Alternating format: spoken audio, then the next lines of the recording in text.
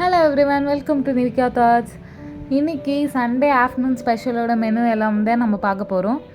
அதுக்கு ஃபஸ்ட்டு மீன் குழம்பு தான் நாங்கள் செய்ய ஸ்டார்ட் பண்ணிட்டோம்.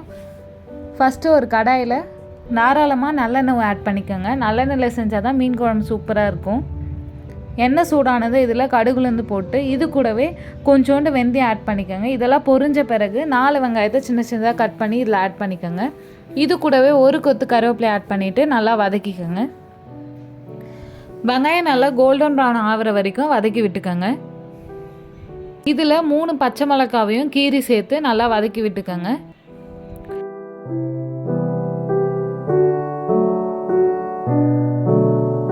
வெங்காயம் இந்த அளவுக்கு நல்லா கோல்டன் ப்ரௌன் ஆன பிறகு இதில் ஒரு 5 தக்காளியை மிக்சியில் பல்ஸ் மோடில் அரைச்சி உள்ளே ஆட் பண்ணிக்கோங்க. இதில் 1.5 டீஸ்பூன் உப்பு ஆட் பண்ணிவிட்டு நல்லா மிக்ஸ் பண்ணிவிடுங்க. தக்காளியை மூடி போட்டு நல்லா வேக வச்சு எடுத்துக்கோங்க.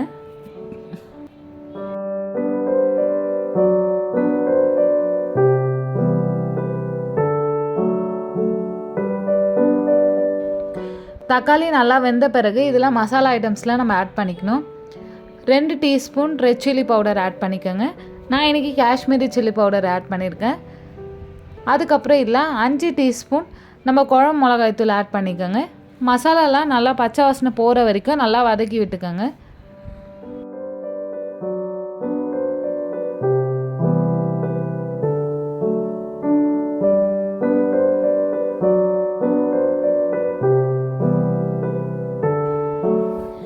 மசாலாஸ்லாம் நல்லா வதங்கின பிறகு இதில் புளி தண்ணி ஆட் பண்ண போகிறோம். நான் இன்றைக்கி ஒரு சின்ன ஆரஞ்ச் சைஸ் புளியை ஊற வச்சு தண்ணி எடுத்துருக்கேன்.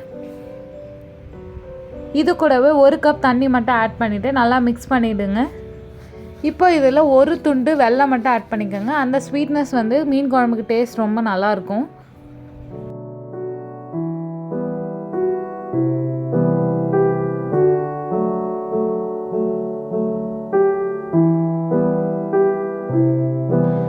இந்த ஸ்டேஜில் ஒரே ஒரு டீஸ்பூன் சாம்பார் பொடி மட்டும் ஆட் பண்ணிக்கோங்க.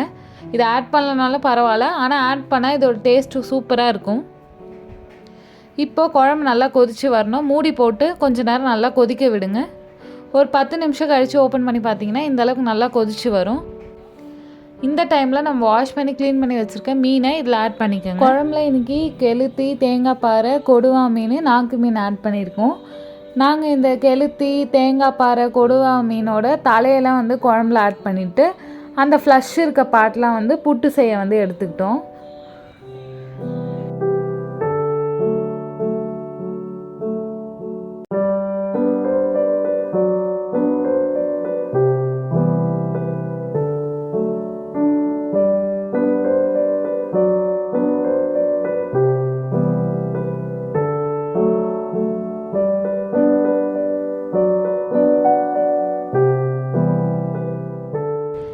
இது கூடவே வெட்டி வச்சுருக்க மாங்காவையும் ஆட் பண்ணிவிட்டு லைட்டாக ஒரு மிக்ஸ் கொடுத்துருங்க.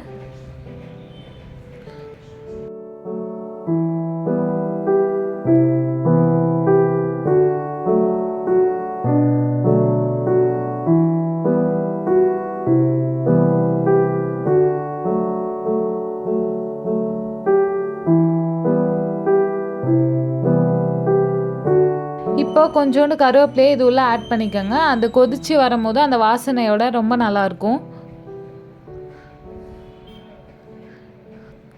கொதித்து வர டைமில் இது மாதிரி லைட்டாக உள்ளே கரண்டியை விட்டு மிக்ஸ் பண்ணிக்கோங்க. ரொம்ப ஃபாஸ்ட்டாக பண்ணிங்கன்னா மீன் உடஞ்சி போயிடும். ஒரு 10 நிமிஷம் கழிச்சாலே மீன் நல்லா வெந்துடும்.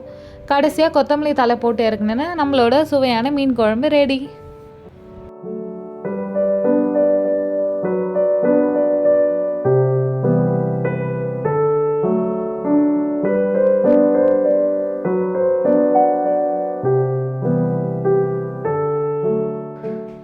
இப்போது நம்ம மீன் புட்டு தான் செய்ய போகிறோம். அதுக்கு தான் இந்த தண்ணி கொதிச்சிட்ருக்கு. நான் இத்தனை நாள் இந்த சுறாவில் மட்டும்தான் இந்த மாதிரி புட்டு செய்ய முடியும்னு நினச்சிட்டு இருந்தேன். எங்கள் அம்மா சொன்ன பேர் தான் தெரியும் இது மாதிரி ஃப்ளஷ் இருக்க எல்லா மீன்லேயுமே செய்யலான்னு சொல்லிட்டு எனக்கு இப்போ தான் தெரியும். நீங்களும் எத்தனை பேர் இது மாதிரி நினச்சிருக்கீங்கன்னு சொல்லிட்டு கமெண்ட் பண்ணுங்கள். இந்த மீன்லலாம் இப்போ லேசாக மஞ்சத்தூள், உப்பு மட்டும் போட்டு நான் மிக்ஸ் பண்ணிவிட்டு இதை வேக வச்சு எடுத்துக்க போகிறோம். மீன் ஒரு 10லேருந்து 15 நிமிஷத்துலேயே நல்லா வெந்து வந்துடும்.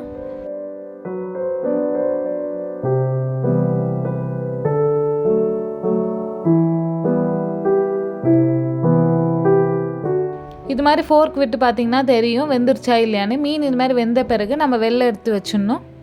மீன் நல்லா ஆறின பிறகு இதில் இருக்க தோலெல்லாம் எடுத்துட்டு முள்ளையும் எடுத்துட்டு மீனை நல்லா உதிர்த்து எடுத்துக்கணும்.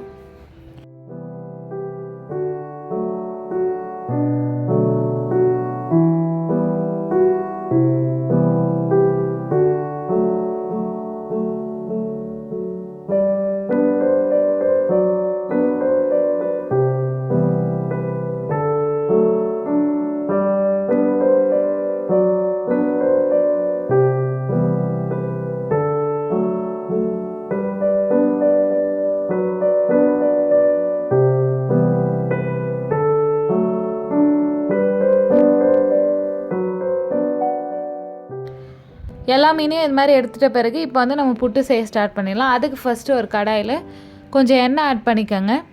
எண்ணெய் நல்லா சூடானதும் இதில் கடுகுளுந்து போட்டுக்கோங்க.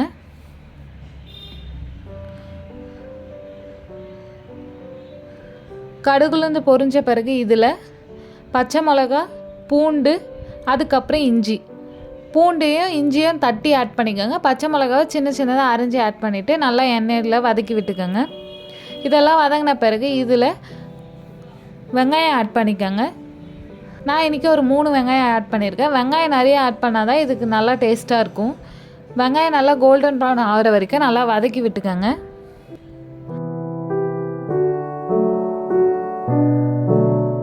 இது கூடவே ஒரு கொத்து கருவேப்பிலையும் ஆட் பண்ணிவிட்டு நல்லா வதக்கி விட்டுக்கோங்க. வெங்காயம் இந்த அளவுக்கு வதங்கின பிறகு இதில் நம்ம உதுத்து வச்சுருக்க மீனை ஆட் பண்ணிவிடுங்க.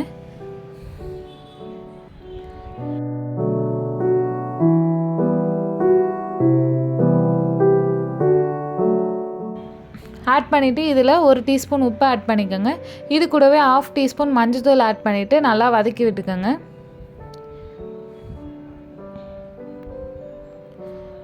இந்த மீன் புட்டு வந்து நம்ம நல்லா வதக்கி விடணும். எந்த அளவுக்கு நல்லா வதக்கி விடுறோமோ அப்போ தான் டேஸ்ட் ரொம்ப நல்லாயிருக்கும். நம்மளுக்கு வந்து அந்த ரா ஸ்மெல்லும் வராமல் இருக்கும். மீனில் இருக்க தண்ணி பதெல்லாம் கம்மியாகி நல்லா ட்ரையாக ஆகிற வரைக்கும் நல்லா வதக்கி விட்டுக்கோங்க.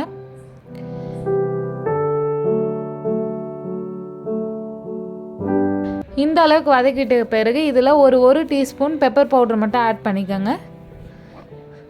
ஆட் பண்ணிவிட்டு ஒரு மிக்ஸ் கொடுத்துட்டு கடைசியாக இதில் கொத்தமல்லி தழை போட்டு இறக்குனீங்கன்னா சுவையான மீன் புட்டு ரெடி.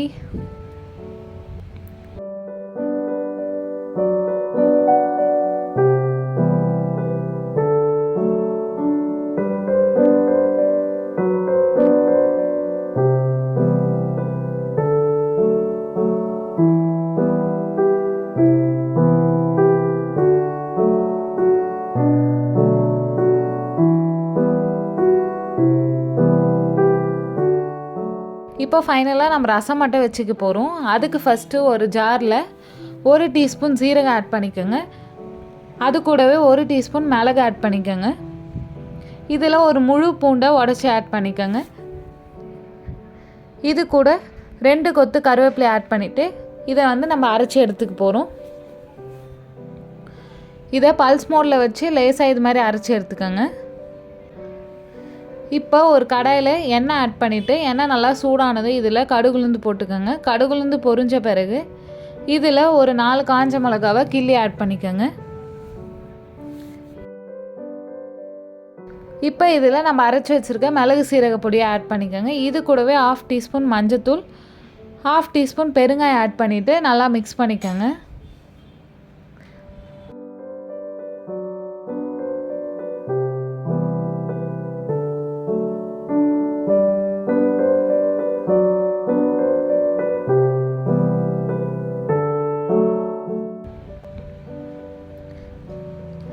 இப்போ இதில் ஒரு 4 தக்காளியை அரைச்சி ஆட் பண்ணிக்கோங்க. இது கூடவே 1 டீஸ்பூன் கல் உப்பு ஆட் பண்ணிவிட்டு நல்லா மிக்ஸ் பண்ணிக்கோங்க. தக்காளி நல்லா வதங்கின பிறகு இதில் புளி தண்ணி ஆட் பண்ணணும்.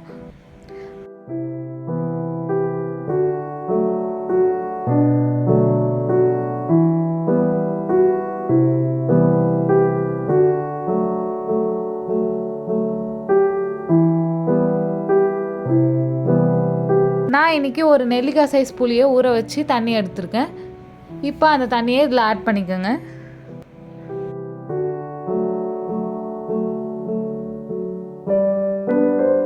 அது கூடவே ஒரு 1.5 கப் தண்ணி ஆட் பண்ணிவிட்டு நல்லா மிக்ஸ் பண்ணிக்கோங்க.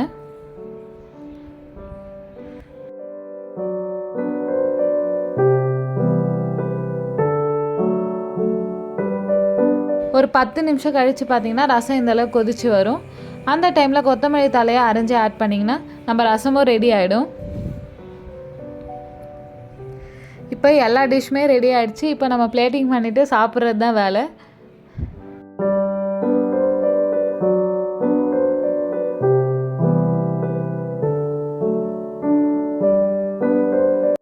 இது மாதிரி சுட சுட மீன் குழம்பு போட்டு சாப்பிட்றதுக்கு ரொம்பவே சூப்பராக இருக்கும். எனக்கு இந்த மீன் குழம்பு வித் புட்டோட காம்பினேஷன் ரொம்ப ரொம்ப பிடிக்கும். நீங்களும் ஒன்ஸ் கண்டிப்பாக இந்த டிஷ்ஷெல்லாம் செஞ்சு சாப்பிட்டு பாருங்கள். உங்களுக்கு இந்த டிஷ்ஷெல்லாம் பிடிச்சிருந்தா கண்டிப்பாக நேவிகா தாட்ஸ்க்கு சப்போர்ட் பண்ணுங்கள்.